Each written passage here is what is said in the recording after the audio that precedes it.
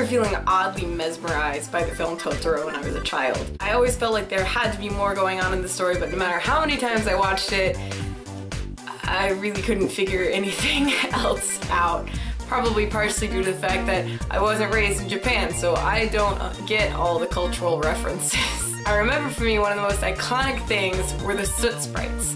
I then watched Spirited Away when I was older, and I was super excited to find out that the Soot Sprites were in there too. And not only that, we got to learn a little bit more about them. The fact that they eat sugar, pretty much just straight sugar. Those little stars that she's throwing are actually a candy known as competto.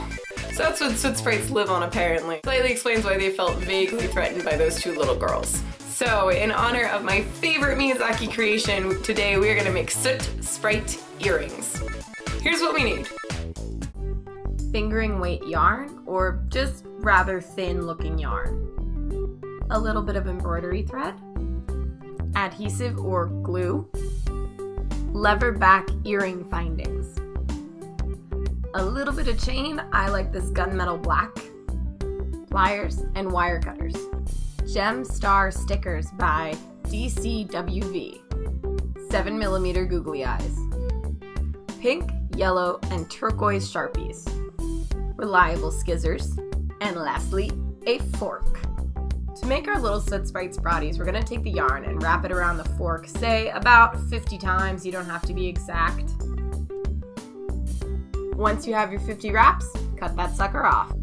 Now take, I'd say about 6 inches of embroidery thread and thread it through the bottom middle of the fork, bringing it back through the top all around your little bundle.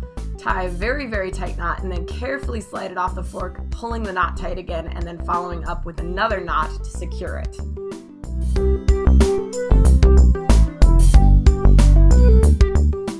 Now take your scissors and cut through all of those loops. Be pretty diligent, but be careful not to cut the embroidery thread. Now you should have a rather shaggy looking ball. Squish it around a little bit, give it a roll around, help it get into that ball shape. Alright, now it's time for a haircut. Trim off any of the little excess bits or anything that's sticking out in a weird way. Keep turning it around and looking at it to help it get into a really nice ball shape. Or if you want to leave it shaggy, you can leave it shaggy. See how much nicer mine looks after its haircut? Alright, now do it again! Keep the first one in front of you when you're trimming so that you can keep it looking the same. Now grab your star stickers and your Sharpies and get to coloring. Here, just be kind of careful not to touch the part that you're coloring too much. Try and keep it on the edges and then just cover the whole plastic surface. Sharpies are surprisingly good at this. Now you want to hang them up by those embroidery threads to determine which way they're going to naturally face. Then lay them down so that the front is facing you and give them a little bit of a squish to give you a little bit of a flatter surface to work on.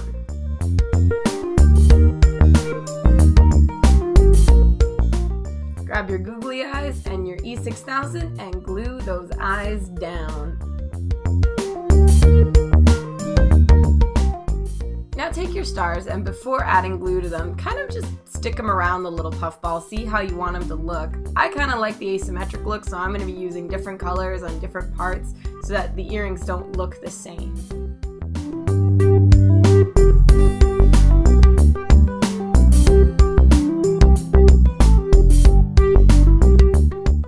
Once you like the look of the stars, glue them on. Yeah, they're so cute! Oh my goodness! Now take your embroidery thread and thread it through the bottom link of the chain. Then tie 2 knots to secure it really tightly so that the chain goes into the puff ball.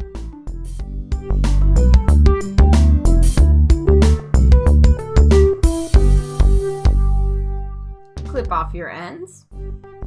Count 6 links up, including the one that's inside the puff ball, and then clip the link above that one.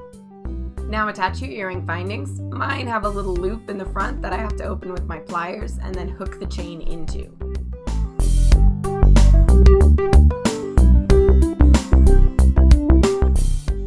Glue a final star onto your earring finding.